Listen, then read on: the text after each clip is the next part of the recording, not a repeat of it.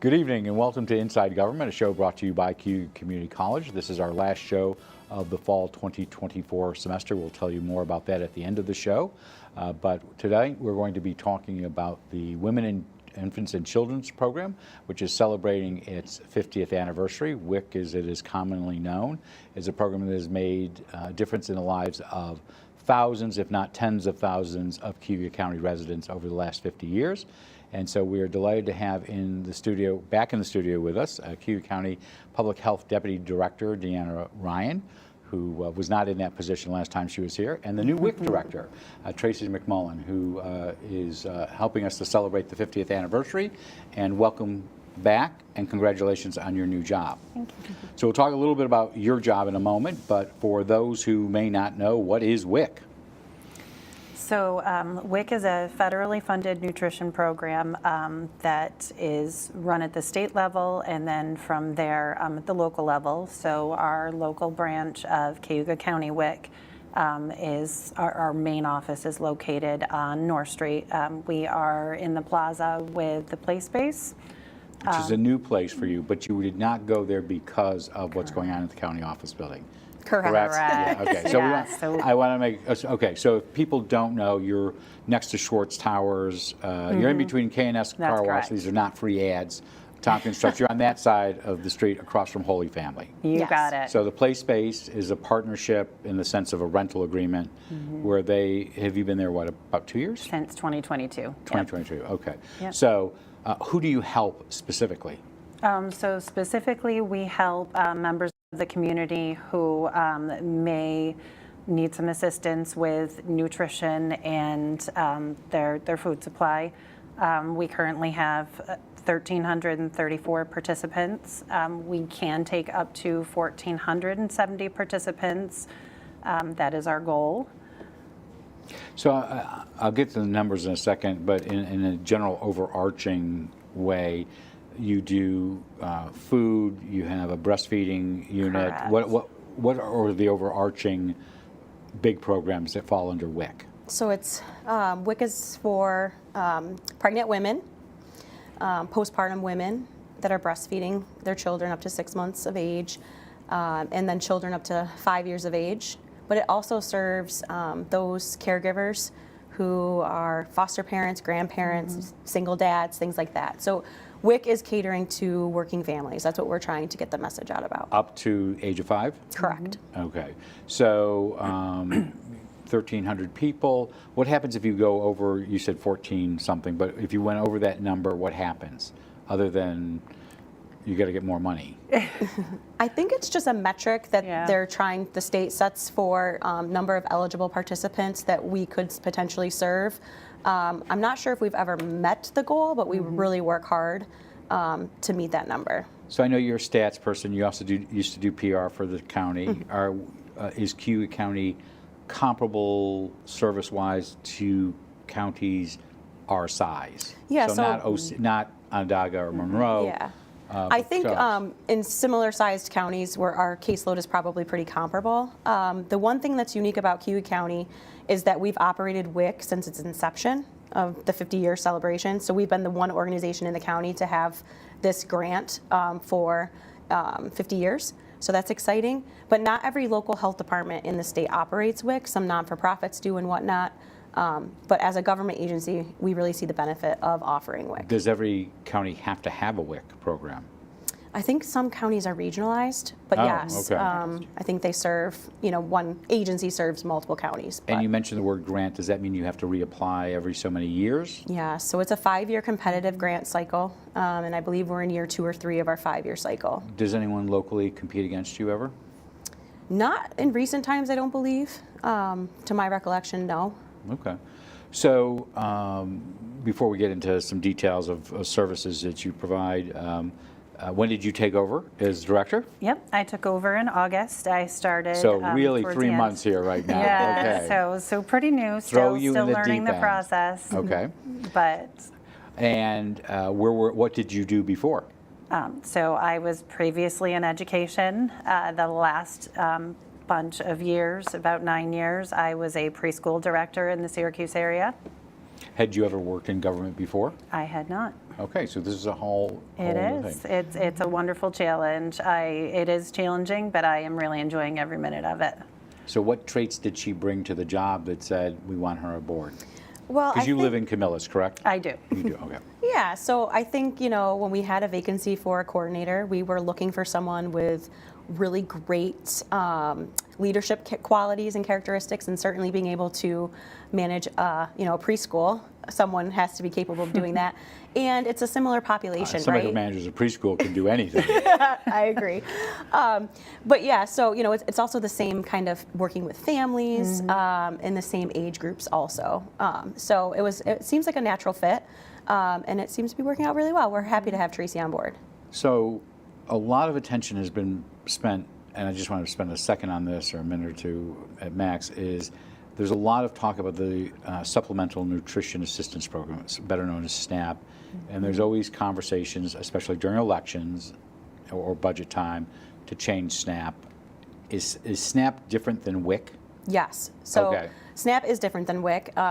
If you're eligible for SNAP, then you're also eligible for WIC, and so it's a qualifier. But what we like to say about WIC is that WIC is like a premier nutrition program, where we have qualified nutrition staff that really kind of tailor the food packages to the families. So they can be specific to dietary restrictions, culturally sensitive, type of diet, things like that. So our nutrition staff really work to kind of create the package that really represents. And how is SNAP different?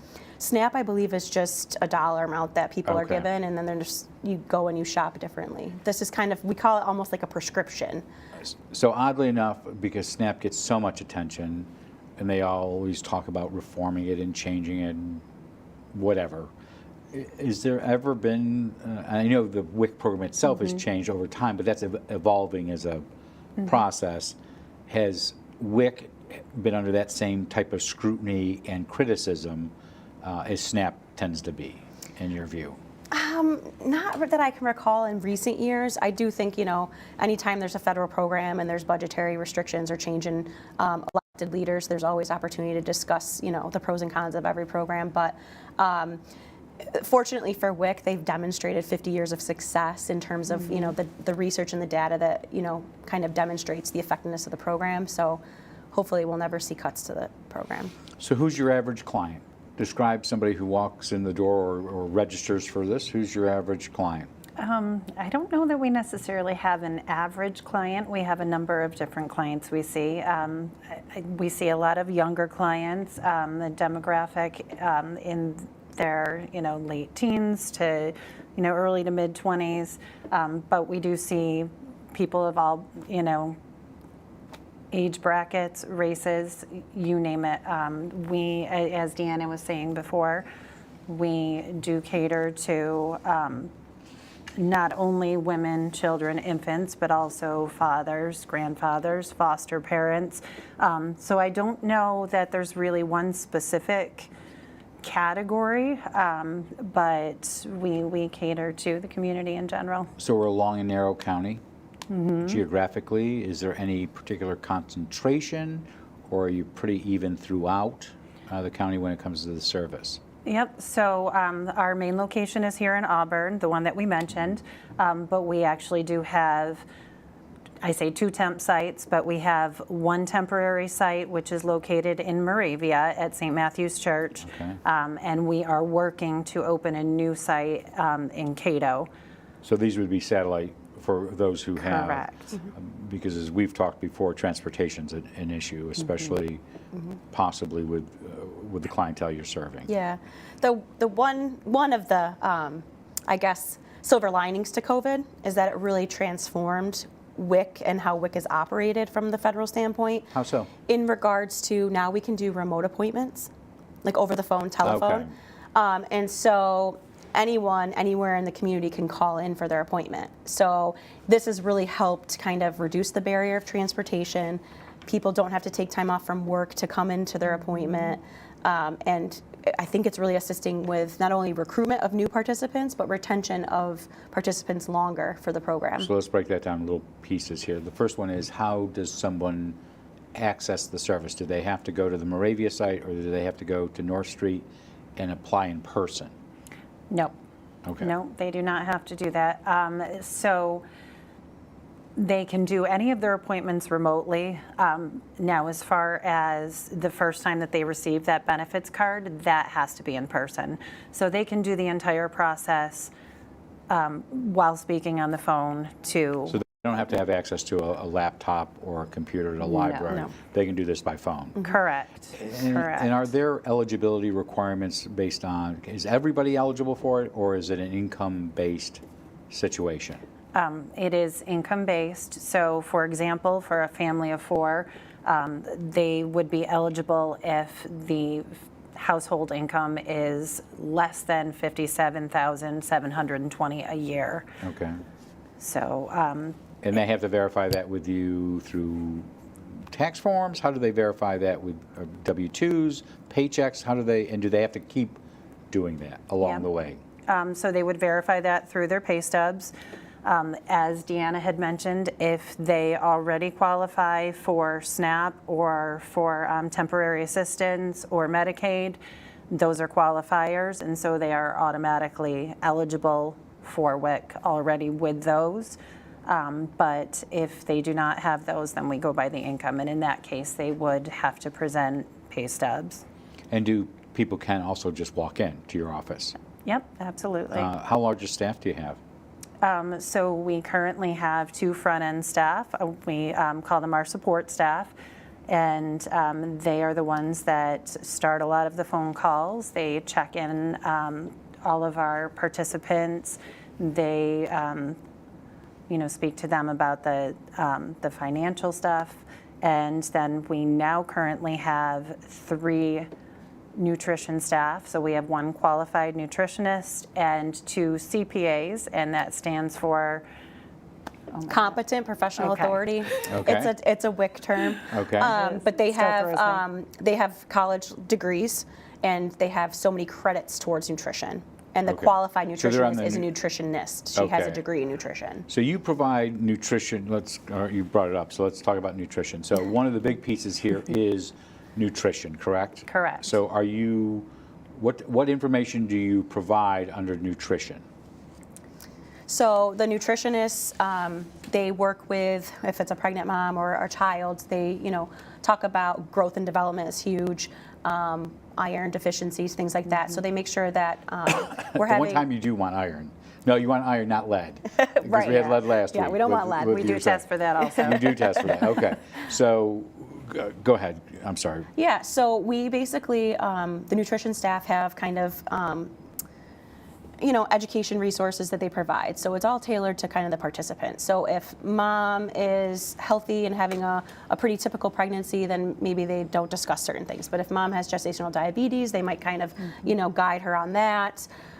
If there's high blood pressure, things like that, it's all tailored to the individual. Does someone really nice. have to participate in the nutrition side to be eligible for the other benefits?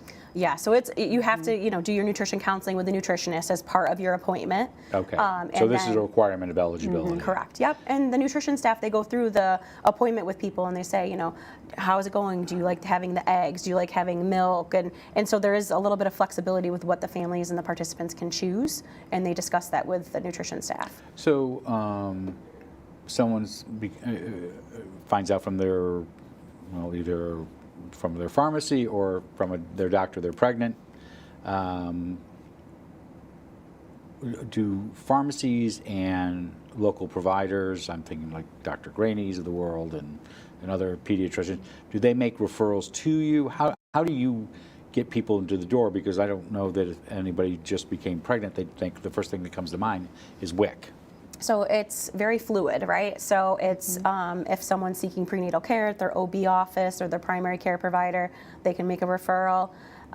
Community agencies and partnerships that we have with other organizations, they make referrals to us. And then certainly if a young child is at the pediatrician's office and the pediatrician has a concern, then they can make a referral also.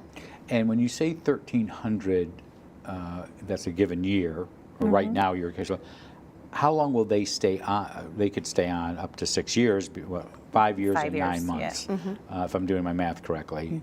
Is that what the average time? If somebody starts in the WIC with prenatal, do they usually carry out to being a 5-year-old, their child being 5? That is always the goal. Obviously, for different reasons, if they're, the household income changes and increases, that could change things for them. But that is always our goal. As long as they still qualify, our goal is to keep them there until their child is no longer eligible. And let's talk about the other side of the nutrition is making sure they get food and the right nutrition. So you had mentioned a card. How do you fund somebody? How does somebody get WIC food that is provided by WIC? So I think Tracy can speak to like the meal package and what Okay. that looks like. But one of the nicer things about WIC is if anyone's familiar with how the program used to be, you used to get like a paper check. Right. And so you used to have to go and you hand your check to the cashier, and they would have to make sure that you're buying the qualifying items, and it was just not an easy or simplified process for participants. And now the benefits are loaded onto what we call like the WIC card, and it's similar to like a debit card. So you just go and you check out and you swipe, and whatever the eligible items are, they come off. Okay, so somebody can't go use their WIC card to buy, not that most grocery stores now, they don't sell tobacco, but they can't buy beer. Yes. No. Okay. Nope. It's loaded based on what the benefits are. And this does two things. One, it makes it more efficient, and also there's not a stigma. Let's be blunt. Right. Yes. In the past, there has been a stigma if somebody's going through, well, no, that's not eligible. This is, if the card's doing it, that stigma is not there, correct? Correct. So what are they eligible to buy? I'm assuming fresh fruits and vegetables, milk and cheese. Yep. I'm so glad you're speaking that, because most people recognize WIC for either an infant that's breastfed or formula. I'm going to get to that. Okay. But because no, WIC is so much more. And so what I'm saying yeah. is that you're trying to give them fresh fruits and vegetables and dairy. I'm assuming there's other stuff. I just don't know what it is. So are those they're not the food groups, but they're the main four. Right, those are the main What else four. do you want them to buy? So most of our families, I think the dollar amount that I've seen most often is they have access to $47 worth of produce a month. Okay. And then outside of that, it goes by quantity and not by dollar amount. So give me a quantity example. A quantity would be, if they opt for one of their proteins being peanut butter, then they get one 16-ounce container of peanut butter for the month. Or if they opt for cheese, they get 16 ounces of cheese, so 2 blocks of cheese. Or so it would go. So there's always been the joke about government cheese. This is not government cheese. No. No, you know what I'm talking about, though. It is cheese that you buy if you're going. I'm going to pick on Wegmans because it's in the center of the city. You're going to the back wall and you're picking something out of that or one of the freezers, correct? Yep. Okay. So if it's not those items, what else? For example, what happens if a parent, especially of a newborn, goes through diapers? Do you cover diapers? So we do not cover diapers, but that is where our referral system would come into play, and we do refer them to local diaper banks and places around the area that could help them with that. Is there a diaper bank I know we know about the one in Onondaga County, which is very, very successful. Is there a diaper bank in Cayuga County yet? Yes, I believe there's one in the works if it's not already started. Okay. I believe CAP maybe. Cayuga Action Program. Yep, Community Action Program, yep. And just before we get into other programs that you do, so how large is your budget in a given year? I can tell you that. Yeah. Okay. I'm going to let Deanna speak to right. that. So right now we operate a budget of around $591,000. Okay. And so Where does that money come from? So that comes from the feds through the New York State, and we are awarded that through the competitive grant cycle that we mentioned that we applied for. And so every year, that's our dollar amount for the 5-year cycle. So Does Cayuga County have to come up with some money into this process as well? we do not right now. Right now, the grant covers all of the operations of the organization. You So it covers- sighed, so are you worried that you will? No, I'm not worried that we will. But every time we write for our grants, sometimes we request more than what we're awarded. And so we have to work with what we have. And we're creative and we do it. Say that again, you've been awarded more or less than? No, we've requested more through those Okay. grants. And we're awarded sometimes So, less. so what happens if you get over this, if you got to your 1,400 plus number, what happens then if you're not going to turn people away? Right. I think we're able to continue to serve people. It would just be like, hey, what's going on in Cayuga County, right? So you don't have to just be a Cayuga County resident to participate in our WIC. You have to be a New York State resident. Okay. So sometimes it's easier for people that live like, in Jordan Elbridge or Skaneateles or any type of neighboring To come here versus going to their home county site. So we aren't county specific for this particular program. It's New York State residency. That's the requirement. And you also made a point that I don't think people might have picked up on. You said Skaneateles. So there are people in Skaneateles who are on the WIC program. I wouldn't know by demographics per se, but yes, I think that, yeah. Eligibility, what I'm saying is doesn't it can happen everywhere. Yes. Okay. Yes. So one group that I know you're not your particular, well, maybe it is your particular office, but the county has been dealing with, has been this issue of homelessness. How do you deal with homeless parents at all? Has that come up at all in your office?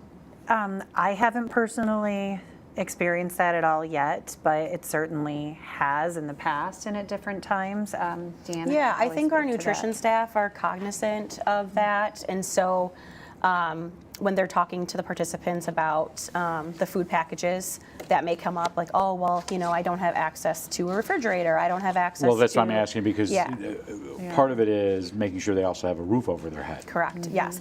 One of the nice things about operating the WIC program through the health department and through the county is that we have great connections with our local county partners, but also with community-based organizations. So if that's something that we can't particularly help them with, we know who to connect them up with.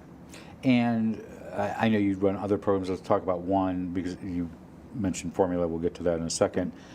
So one of the services that you have is breastfeeding support. What is that?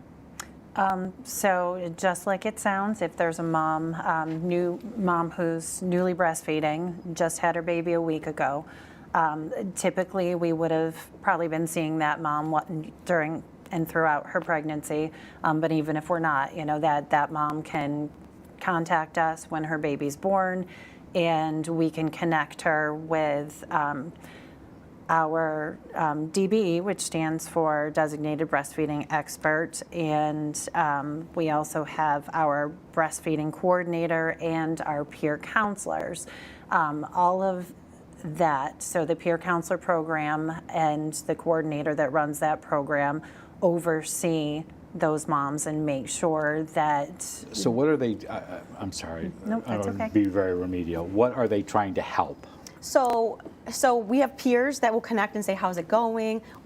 As breastfeeding, are you successful? Do you need any assistance and things like that? And they are... Because sometimes for women it lasts a week, right, if that. Yep. And so the peer is meant to kind of be a person that's kind of gone through that situation. And then if it becomes like, oh, well, my baby's having trouble latching, or I don't know if my baby's getting enough, then we can kind of triage that up to one of the experts. So we have certified lactation counselors not only at WIC, but we also have them at the health department. And so we would kind of assess the latch, bring the mom into the office, and kind of work through things. And we because the goal here is the longer the child breastfeeds what? So a goal is we want initiation of breastfeeding, right? And then we want duration for whatever that time frame for that mom looks like. And there is no right or wrong answer. Correct. Okay. There is no right or wrong answer. But there are proven health benefits, for babies who are breastfed. But we also recognize that if babies aren't successful with breastfeeding, that formula is just as good. So it's formula, and then we'll get to milk. So formula, does WIC pay for formula? Because that is a very expensive component of raising a child. Yes. Yes, formula is part of WIC. Okay. Up until the baby is 1. So do you provide the WIC card to buy that, or does somebody come to North Street and they pick up a packet and this is formula? Typically, they would use their benefits at the store the same way that they would for other items that they purchase. But if, for example, there have been some formula shortages and things like that going on in the last couple of years, and we do generally sometimes have a small supply that we can give out to So this is where I was going with where the supply and supply chain issues. Right. If you're mom A and you have let's say you have a 9-month and you're using your 9-month-old and you're using formula, does that add money to the card? Do you get more money because you're cognizant of the fact that they're trying to use formula, and again, it's only for that particular item, or does formula come out of what the overall allotment is for Mom A? So I think the way the WIC food packages are designed, it's by like ages and stages of development. So, and it's a supplemental program. So it might not be the whole month's supply of formula for that particular child, but it might be a certain amount for them. Okay. So, you know, they introduce like cereal and solids. So at 6 months. So then the meal package starts to change also. And you, obviously in this county, we're a dairy county. There's no question about that. Do we do anything to encourage local producers to provide milk to WIC parents, or is that just not within the realm of this? So the state kind of handles all the local vendors and things like that in regards to you know, where you can shop. One thing that we do try to promote locally is the use of WIC farmers market coupons, which is an additional benefit that participants get during the summer. And so they can shop at participating farmers markets and farm stands. So they can go across from Curly's. I know there's other food. There's one in Owasco. You can go to one of those. So how does that work? So it has to be a participating market that will take, you know, the benefit cards. So EBT. So they have to have SNAP, an electronic correct piece to this. Yep. Okay. And then they also, in the summertime, we get coupons that the WIC participants can also use in addition to that. And so High usage? It's getting better. It I is, think yeah. one of the things we've tried to do is we've tried to meet participants at the market and show them how to use their benefits so that they don't feel like there is a stigma there either. And then we've partnered with Cornell Cooperative Extension to do cooking demonstrations. So they can see like, okay, here, there's a zucchini, this is how you would prepare it. And here's a recipe. You mentioned a few minutes ago you assumed you were going to see that mother pre-delivery. Do you get a lot who end up at Auburn Community Hospital or Community General, and one of the nurses says, "What's your plan?" And they give them this blank stare, and then they refer you to WIC. So, yes, we do get quite a few of those. okay. Yep, in fact, we just had one come through this morning, and sometimes they're referred and then they, you know, decide not to come to us after all, or they go to Why a wouldn't they different. come to you? It could just be a question of, as Deanna was saying before, there is a different county that's closer, okay. so maybe they, you know, they had the baby here in Auburn, but they live closer to Syracuse, so they're going to go somewhere out in Onondaga County. It just depends on the situation. And I know you're not even close to 50, but you have paid attention to this program for, listen, I'm not going to ask you because you've only been because you've only been with the program for about 4 months. So you've seen a bit of evolution. Yes. So how has WIC changed? That's where I'm going with this. Yeah, Not that okay. it's your 50th birthday. Come on. No, I mean. It is not. Trust me. So, you know, I've been with the health department for 17 years, and not only has the local WIC changed, because we're not in the old space we used to be in, we're now in our new office space, which we're trying to get participants to come in person more. But the one thing that has kind of moved with the times is the option for the telephone appointment. And I will say, I think that is really reducing barriers when it comes to not having to take time off from work, like I said earlier, transportation to get to the office. It really is helping people access us in a more opportune way. And we also have extended hours on Tuesdays where we're open till 6. So if someone's working and they need to call us after hours, we're there also. Deal with a lot of working moms? Working families. Yeah. Working families, okay. Yes. Working How moms. many, do you have a large percentage of men that come in because maybe through a divorce or some you know, separation that access the services? Obviously, they're not going to access breastfeeding and other things like that, but do they come in for the help on nutrition and other things of that nature? Absolutely. Okay. Yep, they sure do. Yeah, I mean, and we welcome dads just as much as anybody else. And grandparents, but and yeah, the world's changed. as long as they have a child, you know, under 5 years old, they're eligible. Well, and they meet the requirements. So 50th anniversary, I know the county legislature did a proclamation, you said earlier in the year before we started the show. Any other celebrations this year or just getting the word out? We've been getting the word out through our social media, through we have a WIC Facebook page and things like that. So. And last question, how does somebody, you can look at that camera, how does somebody get to know more about WIC if they want to find out if they're eligible or they know somebody want to do a referral? Yep. If they're interested, they can give us a call at 315-253-1406 for more information. You could also go online to www.cayugacounty.us/WIC. Can you give both of those out one more time? Yes, sure, absolutely. 315-253-1406 and www.cayugacounty.us/WIC. Thank you. Our guests have been Tracy MacMullan, the new director of the WIC program in Cayuga County, and Deanna Ryan, who is the new, you've been promoted, Cayuga County Public Health, you're the deputy director of public health. So happy anniversary to both of you, and please, as you want to get more word out on this, please feel free to come back in the studio. Thank you, Guy. We will be back in just a moment with a Beyond the Front Page, where we're going to give a update on this year's campaign for 2024. We'll have their executive director, Catherine Dennis, in, as well as their marketing manager, Jaleesa Stone Spacher. This is, by the way, our last Inside Government show for the fall 2023. We will be back with this and the Beyond the Front Page in late February. We'll have more details in the newspaper as that comes about, but in between, if there's information you'd like us to ask about or guests you'd like to have us bring in, just contact us at cozguytho@aol.com. Before we go, though, I do want to thank not only the students who make this possible. We did a couple of political forums. We had candidates in here to talk about their races. We also did a lot of public information, and we couldn't do that without the students here at Cayuga. Also want to thank the staff here. Laura Bailey, who is the new professor for this division, has done a great job as she's knee-deep in the last year. She started in the spring.